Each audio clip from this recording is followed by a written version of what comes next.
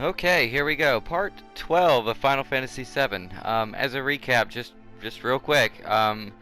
Last episode, we were listening to Cloud's reminiscence of his time in Nibelheim and his experience with Sephiroth. We've got a little more of this reminiscence to go through. Not a whole lot more. It's almost done. So what I'm planning to do, at least with this episode, this part, is to finish up Cloud's reminiscence and retelling of his story, and probably get to maybe the next major area. Maybe we'll see. In any case, let's continue from where we left off. Here we are. I get it. Tifa, were you waiting outside then? Yes. We returned to Nibelheim. Sephiroth confined himself to the inn. He didn't even try to talk to me. Then all of a sudden he just disappeared, right? We found him inside the biggest building in Nibelheim. The villagers used to call it the Shinra Mansion. Long ago, people from Shinra used to live in that mansion.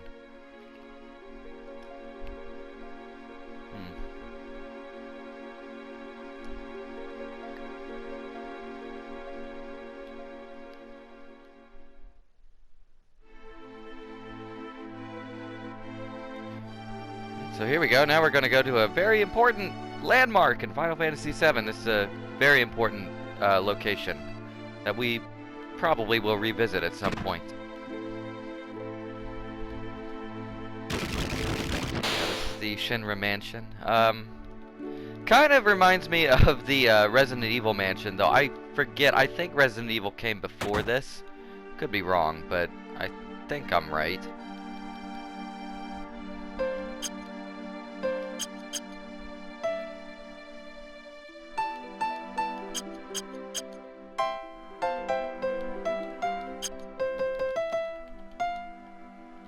Okay, and I believe that piano is going to be very important later on, but we'll see.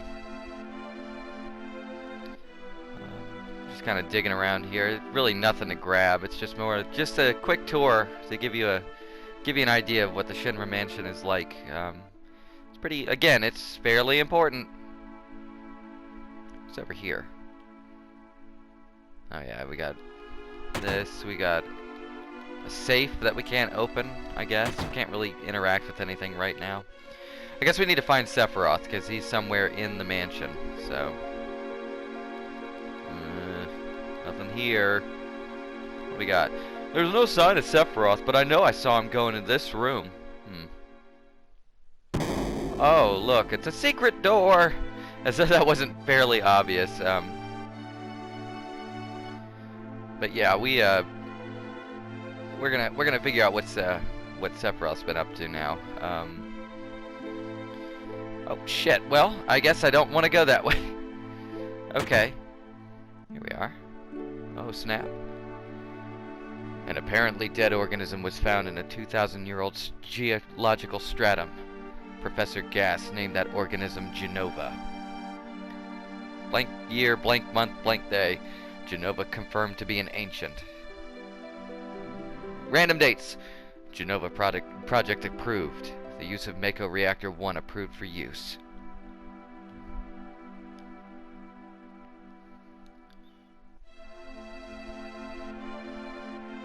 At least he's walking normally this time, right? My mother's name is Genova. Genova Project. Is this just a coincidence? Professor gasped. Why didn't you tell me anything? Why did you die? Well, because people die, I guess, but... Let's try to talk to him, see what he's got to say. Let me be alone. Okay.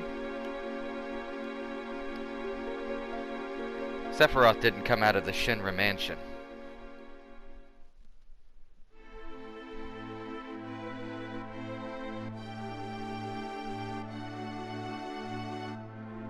He continued to read as if he were possessed by something, and not once did the light in the basement go out.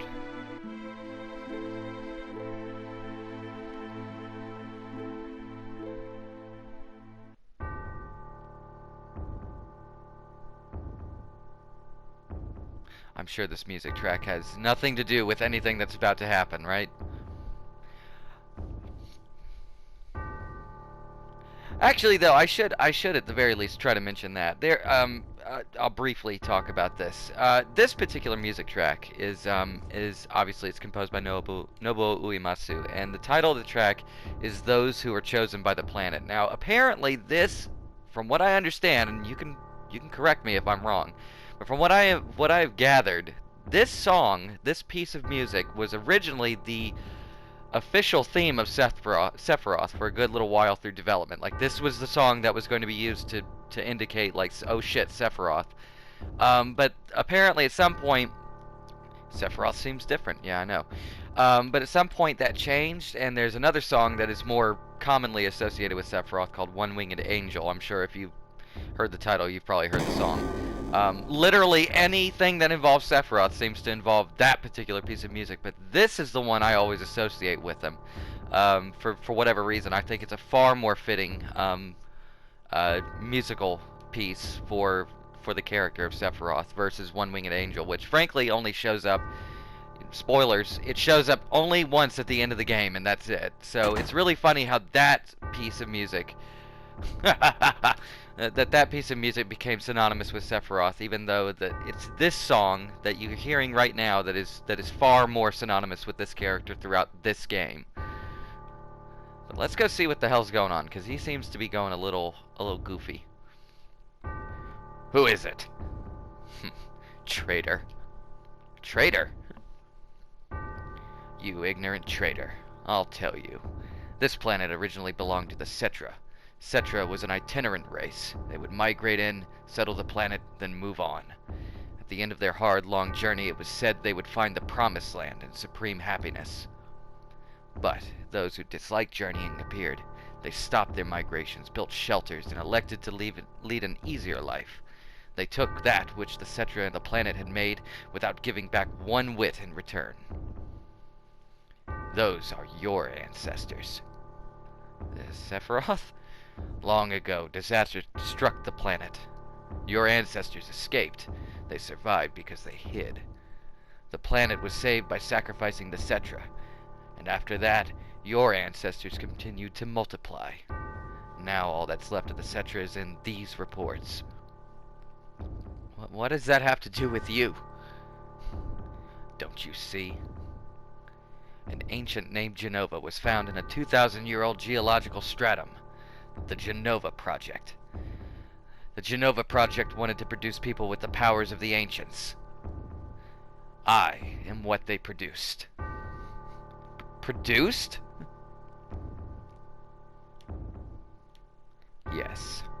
Professor Gast, leader of the Genova Project and genius scientist, produced me. How did he... Oh, there's the walk again. There it is. Sephiroth? Out of my way. I'm going to see Mother.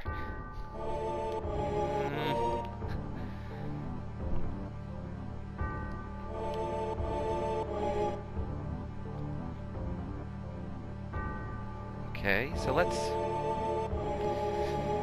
let's see what he's done, because I guess this is like the perfect time for me to kind of talk about sort of my thoughts on Sephiroth as a character, because for the longest time before I ever played this game, I knew of him. I think the first time I'd ever encountered the character actually was it's probably simultaneously in a video game magazine, like a picture of him, and a brief description, and like Kingdom Hearts, where he's an optional boss in the Olympus Coliseum. And so I, for the longest time, had very little understanding of like who he was, how he fit into Final Fantasy VII, what his motivations were, and kind of why he's popular, because I never really understood why he was popular. And to be honest, when I first played this game a few years ago, I was still puzzled, and I still am, as to why he is so popular. Because as far as some of these villains in Final Fantasy go, you know, I can name a few off the top of my head. There's like Kuja from Final Fantasy IX, Vayne Salador, Vayne Salador from Final Fantasy XII, you know, Sin from Final Fantasy X, and of course Seymour Guado. And like, I like all those villains, and you know, Final Fantasy VI has Kefka. Yeah, there's quite a few good ones, but the Sephiroth, for whatever reason, has always been the fan favorite. And I remember the first time I played this game, because I kept myself in the dark about all the plot of this game when I first played it. So when I got to this point, I was like, wow, actually, I'm getting a lot of very good ideas of like why people might like Sephiroth to a certain extent. But then I stepped outside and this happened. Hey, it's you. You're still sane, right? Then come over here and help me.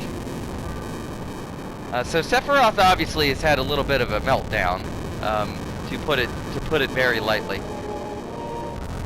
I'll check this house. You check that one over there.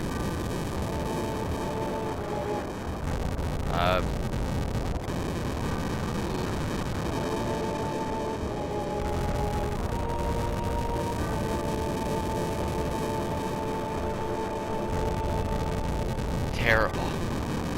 Sephiroth, this is too terrible.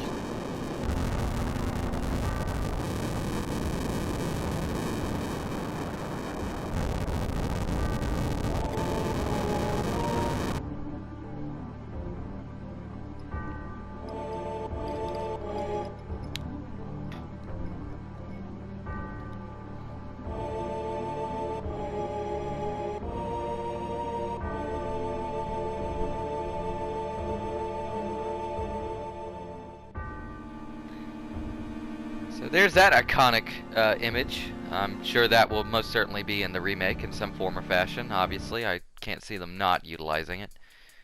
I don't know though. A fun fact about Sephiroth, I was reading about this the other day. Apparently, I was reading a description of Sephiroth by Tetsuya Nomura, who is the character designer for this game. And his description for Sephiroth, he actually designed him to be basically the perfect polar opposite of Cloud. So like where Cloud uses a big, slow sword, and he's kind of, you know, he's very heroic, and he's very like, you know, very cool-headed and stuff. Sephiroth is literally the polar opposite. He's, you know, uses a very long, elegant sword. He's very thin. He's tall. He's, you know, actually, funny fact, his eyes, if you noticed in that FMV, they're supposed to be reminiscent of cats' irises. So there's a lot of really cool little design things that went into him. Sephiroth, we've seen this before. Did Sephiroth do this to you? Sephiroth, Soldier, Mako Reactors, Shinra. I hate them all. Yeah, we know, Tifa. We've seen this bit before. So remember, we saw this back in the second Mako Reactor we blew up. So we've been kind of building to this moment for a little while.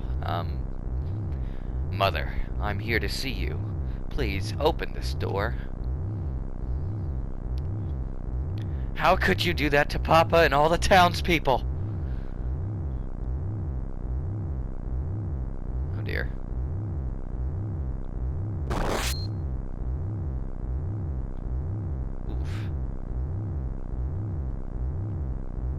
Now remember, Sephiroth is like level 50 and he can do like 3,000 damage to dragons with one spell, so just imagine what he just did to Tifa. You promised that you'd come when I was in trouble.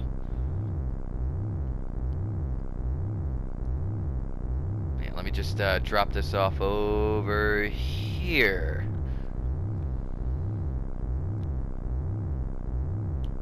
I gotta go.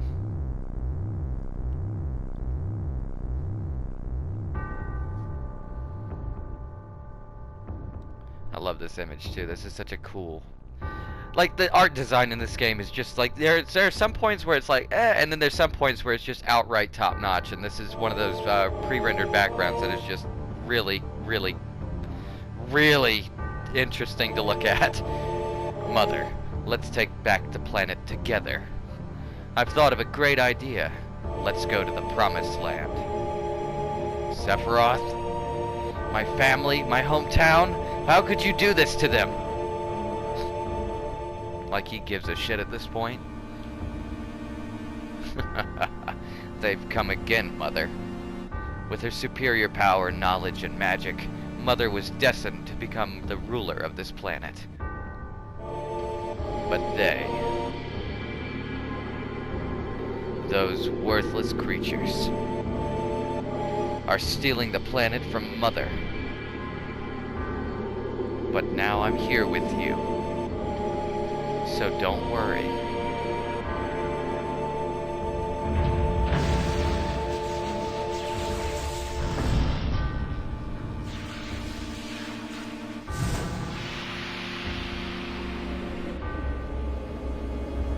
There's the cat irises. There we go. Oh, look. And now we get our first full view of Genova.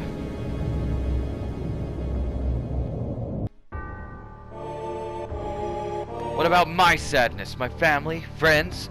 The sadness of having my hometown taken away from me? It's the same as your sadness. Is it, though? I don't know about that. My sadness? What do I have to be sad about? I am the chosen one. I have been the chosen, or I have been chosen to be the leader of this planet. I have orders to take the planet back from you stupid people for the Cetra. What should I be sad about? Sephiroth, I trusted you.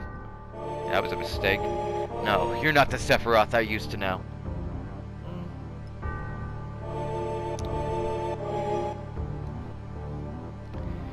Remember that line. That's a kind of important. When we get to that point, I will discuss kind of my thoughts on that particular line, and that's the end of my story. Wait a damn minute. That's it? No more? I don't remember. What happened to Sephiroth? In terms of skill, I couldn't have killed him. Official record states Sephiroth is dead. I read it in the newspaper. Shinra Incorporated owns the newspaper, so you can't rely on that. I want to know the truth. I want to know what happened. I challenged Sephiroth and lived. Why didn't he kill me? I'm alive too. A lot of this doesn't make sense. But what about Genova? It was in the Shinra building, right? Shinra shipped it from Nibelheim to Midgar. Did someone carry it out later? It was missing from the Shinra building. Sephiroth? Damn, none of this makes sense. I'm going, gone. And I'm leaving the thinking to you. Barrett again with the proper way to handle a JRPG plot. Just let other people worry about that. Yo, Cloud, let's get a move on. Wait a sec. Cloud, what's wrong? You just gonna stand there while Sephiroth heads for the Promised Land? I'm not letting Sephiroth or Shinra get to no Promised Land. If they do, then shit, we're all screwed. You know what I'm saying?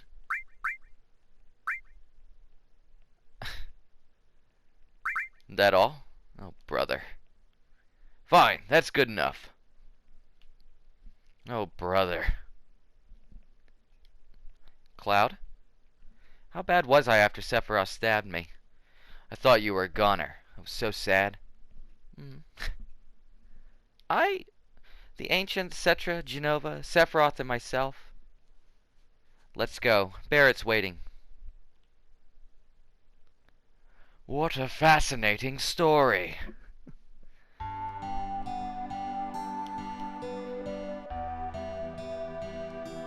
Yo, Cloud, here. Receive PHS. Okay, so it's PHS. I can see you anytime. Alright then, we're out of here. We all healed up. Are we good to go in that regard? We still all have our materia? Yes. Well, okay, there we go. That is the end of Cloud's incredibly detailed reminiscence of his time with Sephiroth. Thanks to Mako Energy, life's pretty darn convenient. Thanks to Shinra, don't you think? Yeah, maybe. See, how would we get by without Mako Energy? You could light a few candles, open some windows, I guess. I don't know. But yeah, I just want to reiterate that one line at the end of Cloud's story, where he's like, "You're not the Sephiroth I knew, or I know." That may come into play later, where there's admittedly, this game has a really good plot. Has really good plot thrusts. My only issue is that you get stuff like this where you get this huge, very lengthy info dump, but it does raise a lot of questions about Sephiroth and kind of what's going on now versus what happened,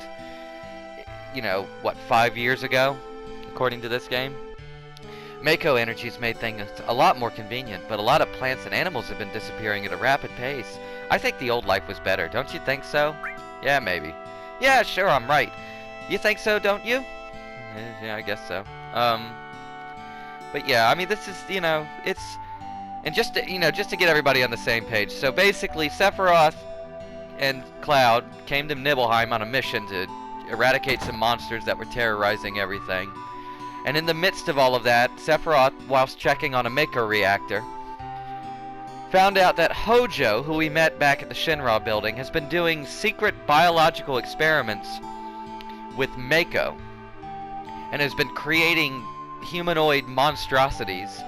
And through that, it seems that Sephiroth has learned that, or Sephiroth learned that he was in fact a product of that research. And so he went on a little bit of a crazy tirade. But I mean, I guess you could kind of understand it. He's been lied to his whole life, and now he finds out that he's basically an overblown science experiment.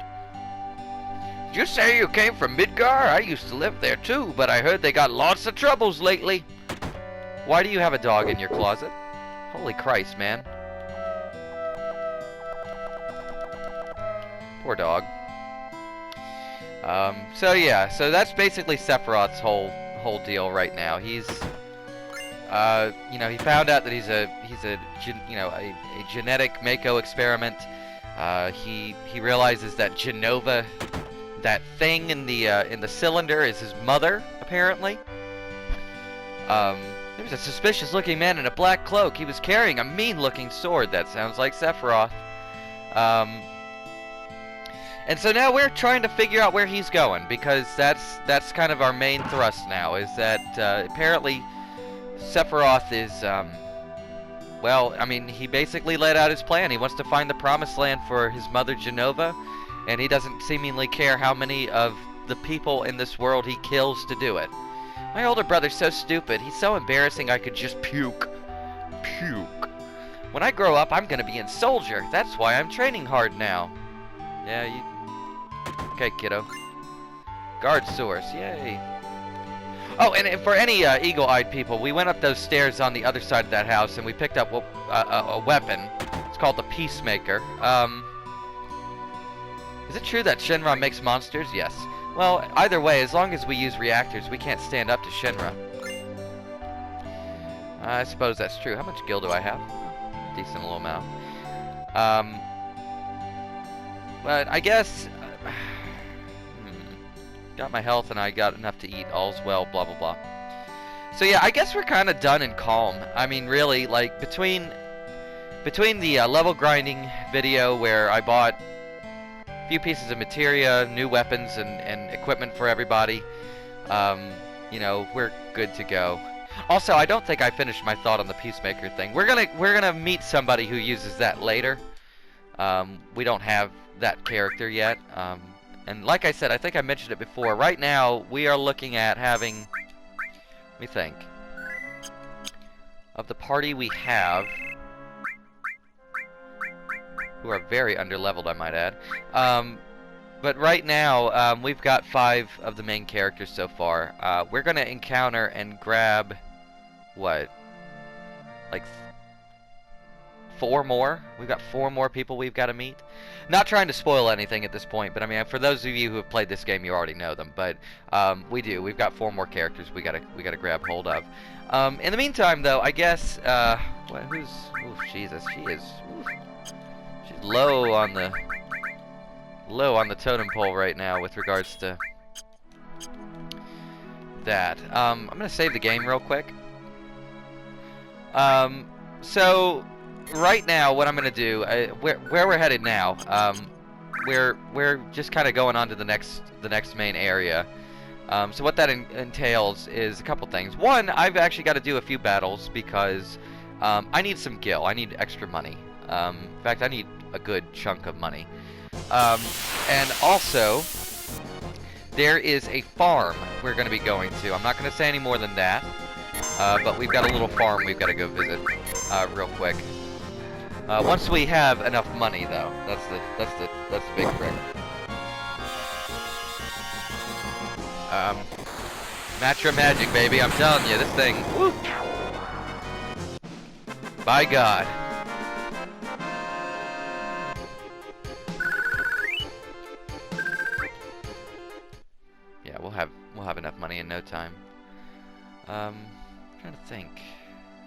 there anything over here to... Probably not. But yeah, this is like straight up classic Final Fantasy stuff. I mean, it's just a big overworld map. That you see this in every Final Fantasy up to 9. With 10 being the first real exception to that. And then from there, it just... They kind of... Really never really come back to any sort of overworld thing. Oddly enough, until, well, 13, I guess, to a certain extent. Though that's questionable. But more to the point, 15 is probably the first game that really goes back, as far as the mainline series, to go back to the big overworld type deal. Because, I mean, it is literally just a big-ass overworld in that game. Which, I haven't really talked a whole lot about Final Fantasy 15. I know in the grind video, I talked a bit about, you know, the Final Fantasy games I like. 15, I tend to, I don't ignore it, but, I don't know. That's like, that one's so... Wow, those things really aren't taking any damage from that. That game is so current that I would just suggest going to... Like, if you're interested in that game, just go play it. Because I'm not gonna be playing that on here. There's no way. I like it enough, and I enjoyed my time with it. But like, that game, between just the sheer length of it, and the fact that it is very much an open world game, so it just kind of drags a lot. So I won't be playing that one. I do like it though. I'd recommend it to anybody who, you know, who likes Final Fantasy. You'll probably like that one. But yeah, I guess we're killing these things. I don't know why they don't take very much damage though. I guess maybe I could use fire on them. I don't know. But hey, Eris leveled up, and hey, we've technically got enough money. Also, notice the footprints in the ground there. But I guess to kind of give an idea of where I'm going, because there's those footprints over there. In the center of that little pile of footprints, there's a farm. That's the next destination, technically. But I want to kind of show off this other spot, because it's kind of, I don't know, it's kind of important because it's kind of a blink and you miss it kind of thing, of sorts. These might be dead. Now it is. Ostriches! Yay!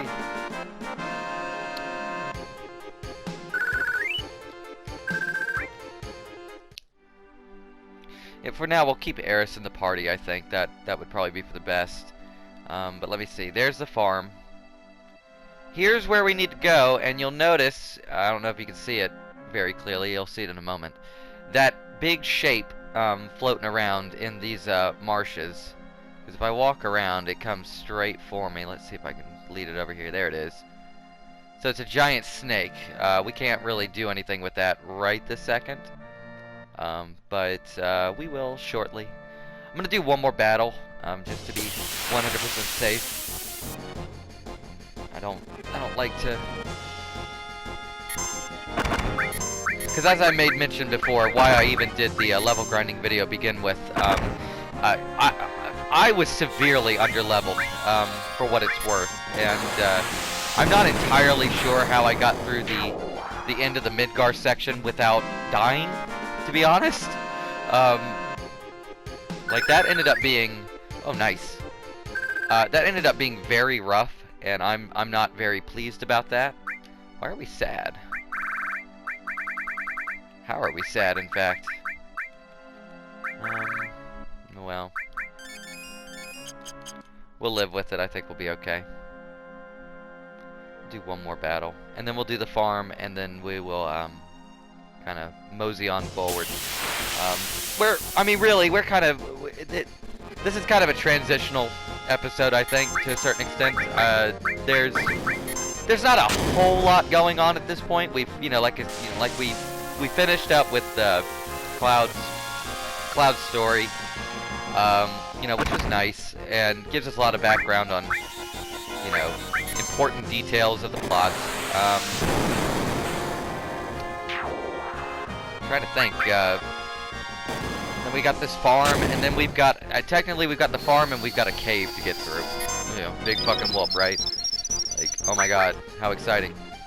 But I mean, you know, that's just the reality of a JRPG. There's gonna be whole episodes on this playthrough, I guarantee you, where a whole lot of nothing really kind of happens. But I promise, we're gonna start getting into some fun stuff pretty shortly, I think, after all this. But hey, look, it's a Chocobo Farm. Nifty, right? Let's go check in here and see what's going on. Because here's the trick. We need to talk to this guy. Choco Bill, thinking of crossing the marshes? Yeah. Then it'll probably be safer for you to get a Chocobo. That way you can zip through the marshes with the Chocobo. It's the only way to avoid being attacked by the Midgar Zolom. That's that big snake. Midgar Zolom. It's a certain light creature over 30 feet tall. It detects the footsteps of anyone in the marshes, and then BAM! It attacks. To avoid that, buy a Chocobo at me and Chocobo Billy's farm. That was a weird way I read that. To purchase a Chocobo, please talk to my grandson. He's in the Chocobo stables at the far right end of the farm. Meantime, though, we're going to do this real quick. Looking for an inn? Oh, about 100 gil a night. You are a cheap bastard. 100 gil for these straw-laden fucking nasty beds? Like, okay.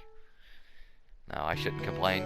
It's whatever. How much money do I have now? 3? Okay, 3,000. So, we're fine. To explain why I'm worried about the money, you're about to find out why. This is, I don't know. I guess for somebody who never has played this game before, you know, you wouldn't know to do all of this beforehand. Do you want a Chocobo? Give me one. You old folks are out of luck. Old folks? We're all out of Chocobos. I'm taking care of the ones out there for someone else. You know, though, if you really want a Chocobo, you should go out and catch one. Want to know how to catch a Chocobo? Where are they? You see those claw prints out there? Wild Chocobos will appear in those areas, but if you don't have Chocobo lure, they won't come out. They're very cautious by nature. Chocobo lure? Chocobo lure is a type of materia which attracts Chocobos. If you equip it, they'll come to you, but without it, they won't appear. Want to know how to catch a Chocobo? What else? Whatever you do, don't make Chocobos angry. Angry. Oh my god. Angry. They're usually calm, but if you get them angry, you'll get hurt. And remember, once you get off a Chocobo, it'll escape. Alright. Not interested. Well then, shall we get down to business? I'll sell you the Chocobo lure for 2,000 gil right now. Yeah, because you got to. You're literally funneled into having to buy this. Wouldn't hurt to buy some greens either. Oh, and how fast a Chocobo will finish them depends on what kind of greens you feed them. So not only do I have to buy the fucking lure, I have to buy Chocobo greens. I went ahead and bought 5. I don't think I really needed that many. When I first played this game, I did it in, I think I only used 2. But I'd rather be safe than sorry, because in this Let's Play sort of context, I don't even want to risk it.